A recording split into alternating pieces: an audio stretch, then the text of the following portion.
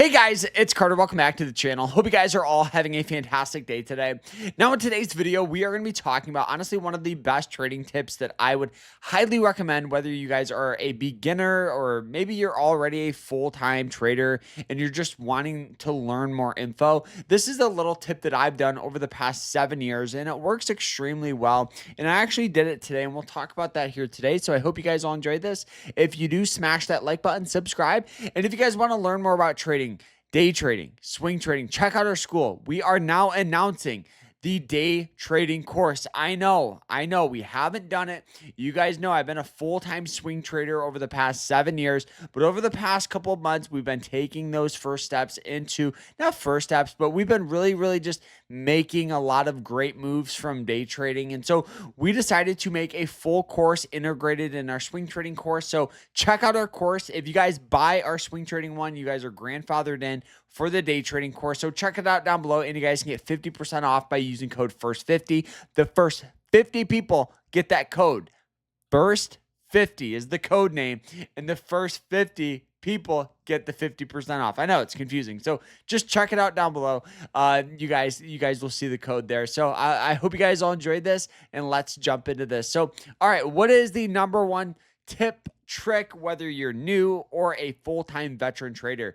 And it's called the rule of threes. So what it is if you take 3 losers in a row, loser, you take a step back and you take a day off from trading and you just watch, reevaluate, and you see what's working in the market. You review those trades in your trading journal and you continue to adapt and learn what strategy is working.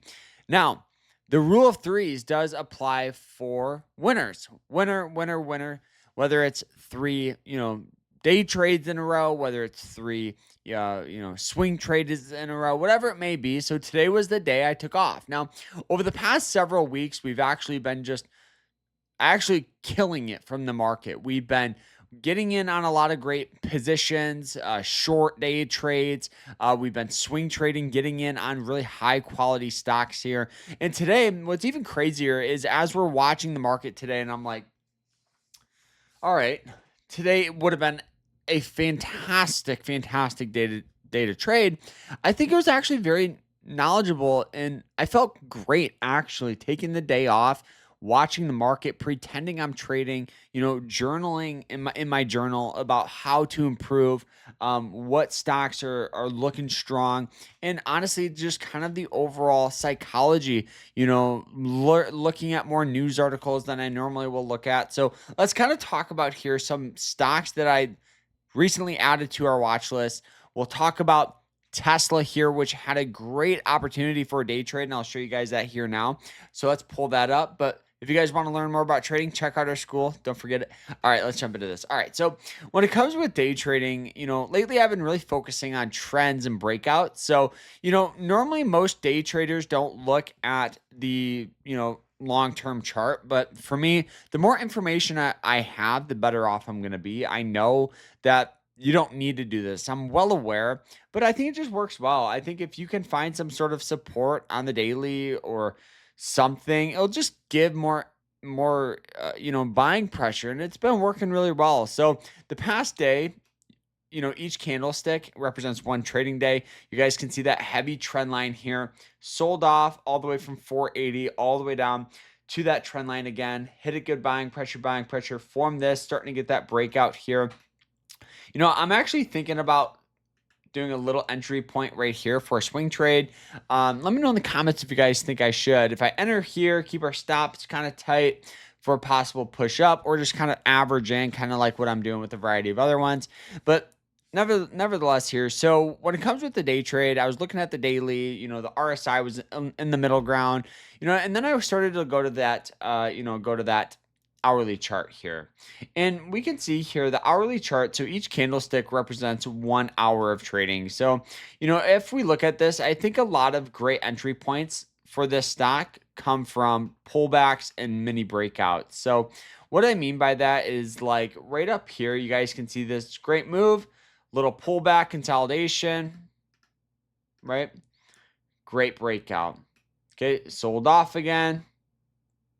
Great breakout, and so now here, as the stock's starting to go up higher and higher and higher, we're forming this really nice, solid trend line. Okay. Obviously, trends act as support. They also act as resistance. So right now, just having and getting a lot of great buying pressure on this position, right? And I noticed this here this morning, right? Because this was after hours getting buying pressure there. And obviously, you really can't take a trade after hours. It's kind of hard to do. And so I'm watching this and I go, okay, well, maybe during the market day, we'll take a trade. And then I realized, okay, well, I've been making a lot of money. I don't want to get in on a position that one I traded yesterday, I made a good amount of money off of, and two, I don't want to trade sloppy. So let's just take the day off and we'll watch and pretend to trade. So what I did next here is I want to go to even a lower time frame. So some traders will go to the 10-minute chart, some will even go to the 5. And I went ahead and looked at the 5. The 5-minute chart for me works extremely well here because it has and seen great tendencies of getting a lot of heavy support on these moving average lines. As you guys can see, it hit that 200-day. We took a great trade on this yesterday from the 200-day, popped up, hit the 90 again, hit the 200, popped up, right? So there's a lot of great moves on it during the trading days. As you guys can see here, another 90-day moving average trade, 90-day moving average trade. After hours, it can get a little more sloppy just because the spread's a little higher. But I'm watching the stock pop up, flag out right here, which is really important. So if we go to the 1-minute chart, you can see it a lot better. So it popped up, right? Flagged out. And what that means is it kind of started getting some sell off. And as a day trader, you can form these great mini breakouts, as you guys can see. So it popped up, great entry, rallied its way up. Now, this wasn't the move I really was looking at here. The move I was honestly looking at was this. Okay, we can see this really steady, strong trend. Okay, it hits it once, sell off, hits it again, sell off. Look how strong this trend line is. Hits it, sell off, hits it again, sell off, sell off. So now I'm like, all right, well, if I was swing trading this, what would I do? So I'd want to make sure we have a long-term, trend, which in the past day or so, we have that good upward trend. The next thing here that I would do is I would want to look at support levels. So support here, it's hard to say. We could see some support, like I said, on some moving average line. So now here I go, okay, I was hoping it was going to hit this zone right here on that 200-day moving average line and get some buying pressure right here. Okay. And this is why trading, you don't try to buy at the peak bottom, because if you would have, the stock would have continued to sell off. Okay. So you want to wait for some sort of confirmation. So now here, the stock popped up above this trend line. Now, this would have been the absolute best entry point, would have been right here. Okay. And the reason I say that is because you're getting in on confirmation of a new trend. All right. So now here, the thought process I had was this: entering at that breakout, keeping our stop loss below here. So about 1% for a possible push up. I was hoping to this level of old resistance right there. Okay. So it's not a bad risk and reward, about 1.5 to 1.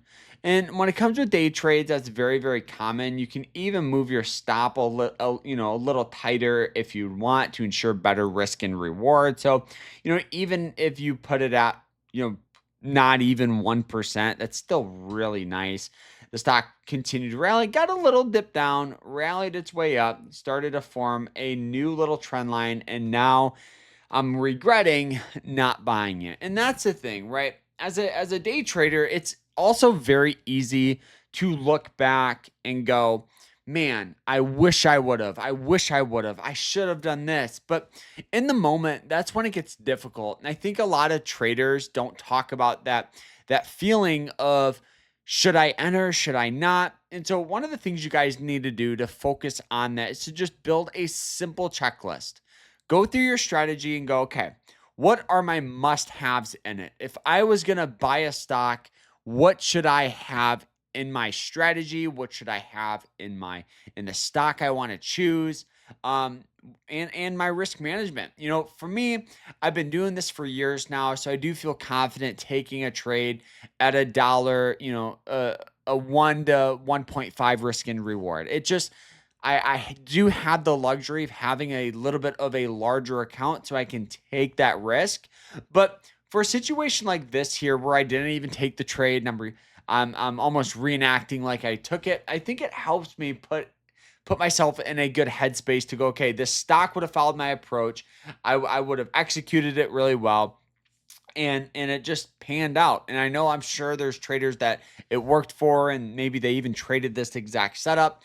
But you just need to realize that traders, it takes time. It takes time to learn when to trade. It takes time to, people ask, they go, do you just stare at your computer all day? Well, yeah, it's my job. Like, I have the luxury when I day trade, I have the luxury of being at my computer. And so I can scan for opportunity. I mostly plan on day trading more blue chip stocks that will get buying pressure on moving average lines and stuff like that. So I've been doing this for a long time. So I hope you guys all enjoyed it. I hope you learned something.